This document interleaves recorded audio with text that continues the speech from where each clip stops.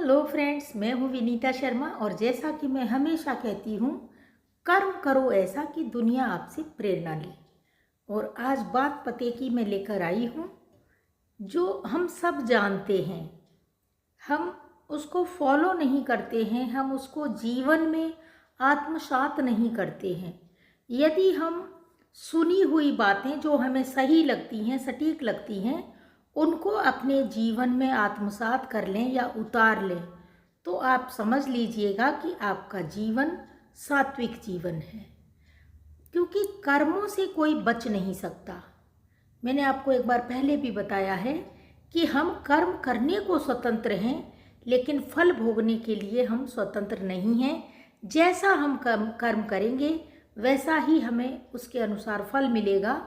क्योंकि कर्म करने के वक्त तो नहीं पता चलता है, लेकिन जब फल भोगने की बारी आती है तो हमें लगता है कि हमने तो ऐसा कुछ नहीं किया, भगवान हमें क्यों तकलीफ़ देता है।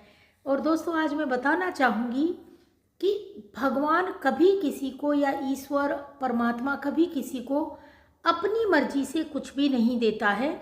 जैसे एक अध्यापक, जो बच्चा जितना लिखता है, जितने मार्क्स के काबिल वो होता है, उतने ही मार्क्स देता है, अगर वो सच्चा अध्यापक है तो ईश्वर से बड़ा अध्यापक तो कोई नहीं हो सकता। वो हमें उतने मार्क्स देता है और वो हमें ज़्यादा मार्क्स देता है। अध्यापक जो देता है उससे भी ज़्यादा मार्क्स देता है, लेकिन गलतियों की सज़ा तो हमें भोगनी ही पड़ती है। यही प्रारब्ध है और इसी को लेकर हम चलते हैं। तो हमें सदैव ऐसे कर्म करने चाहिए कि दुनिया आपसे प्रेरणा ले। यही मेरी टैगलाइन है और यही मेरे जीवन का आदर्श।